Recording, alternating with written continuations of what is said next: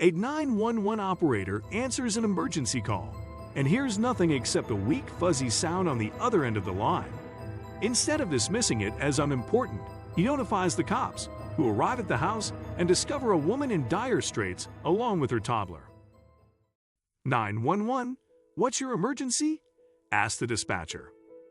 There was no response on the other end of the line. Am I audible? Can you tell me what's going on? Again, there was no response. The dispatcher was ready to hang up when he heard a faint sound on the line. He located the address, and it wasn't far. Stacy Adams, 21st Street. Can you tell me what's going on? Are you in danger? I have your address right here in front of me, he added, but no one responded. The dispatcher didn't hang up, thinking the call was important, and the caller may be in danger, and he tried to draw hints about what the call was about. If you can't talk, can you at least offer me a hint? He asked. There's no need to be concerned. A unit is on its way. But there was no response again this time, only a faint sound. Concerned about the severity of the situation, he remained on the line until the authorities arrived at the address. By chance, the unit closest to the address was manned by Officer Matthews and her partner, Officer Beckham. The cops knocked on the door as soon as they arrived, but there was no answer. I guess we'll have to break the door, Officer Beckham suggested. Clothes are hanging in the backyard, and the home lights are turned on. The house isn't deserted. All right then, Officer Matthews nodded, and the two officers broke open the door. Hello? Is anyone home? Officer Matthews called out as they entered, and suddenly they heard a sound from the upstairs room. Stay alert. Someone's there. The two officers carefully ascended the stairs to the upstairs room, where they discovered a toddler child playing with a phone in his hands. Jesus, a kid?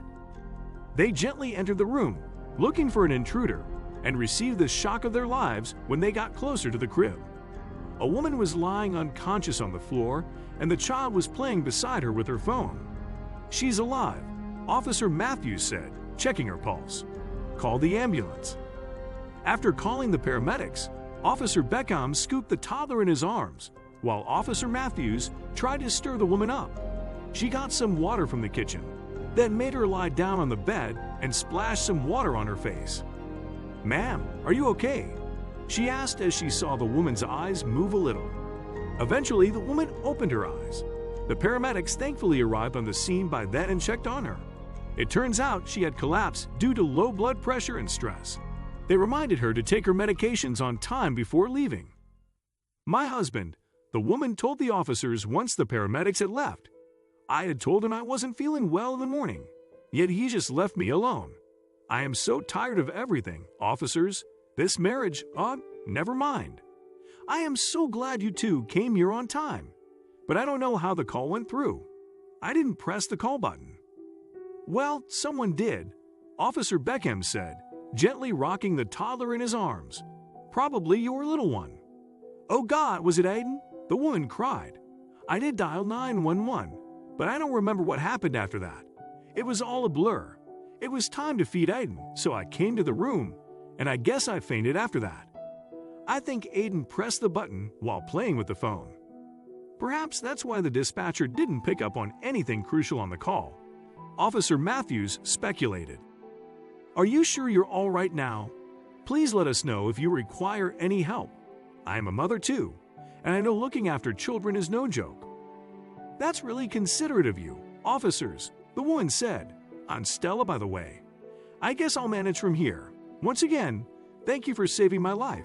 I appreciate your assistance. You should thank your son, ma'am. If he didn't press the button, we would have never known, Officer Beckham said. And yeah, one more thing, if relationships start giving us pain, it's better to step out of it rather than try to make it work. Take care. After the officers left, Stella burst into tears. It was true her relationship with her husband was just giving her pain. He neither cared for her nor their son. What was the point in even staying together? She hadn't told the officers the whole story, but she was over her husband long ago. She tolerated him because she didn't want Aiden to grow up without a father. But that day made Stella realize that there was no point in continuing like that. We're getting a divorce, she told her husband when he returned home. He was still buzzed from the party with his buddies, and he didn't take Stella seriously. "Come on, babe," he managed to slur. "You can't be serious. Where will you go if you leave me? Huh? To your parents.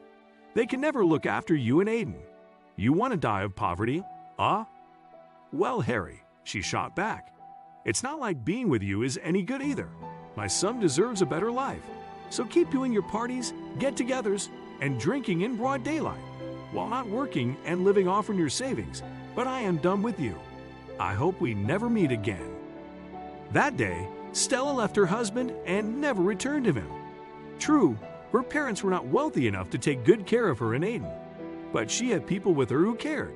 So slowly, with their support, her life started changing for the better, and she was able to get a job and stand on her feet. 10 years had passed since that day, and Stella's life only changed for the better.